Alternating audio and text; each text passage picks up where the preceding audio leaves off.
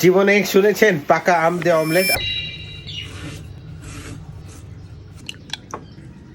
Tomato, কাঁচামরিচ, পেঁয়াজ, ধনিয়া পাতা, লবণ, সামান্য একটু চাট মশলা, আর এই যে কুচি করা আম।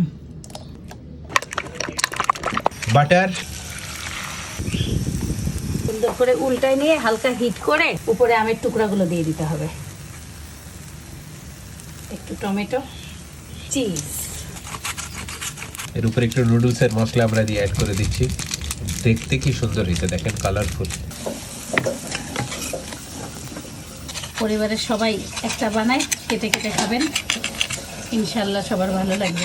আমের মিষ্টি ফ্লেভার, মশলাটা এত সুন্দর লাগতেছে, নুডলসের মশলা, তারপর তোমার চাট মশলা, অনেক অনেক অনেক অনেক অনেক মজাদার। আর আম প্রেমীদের জন্য তো কথাই নেই। মজা, আম খাচ্ছি, ডিম খাচ্ছি, খুব স্বাদ অন্যরকম।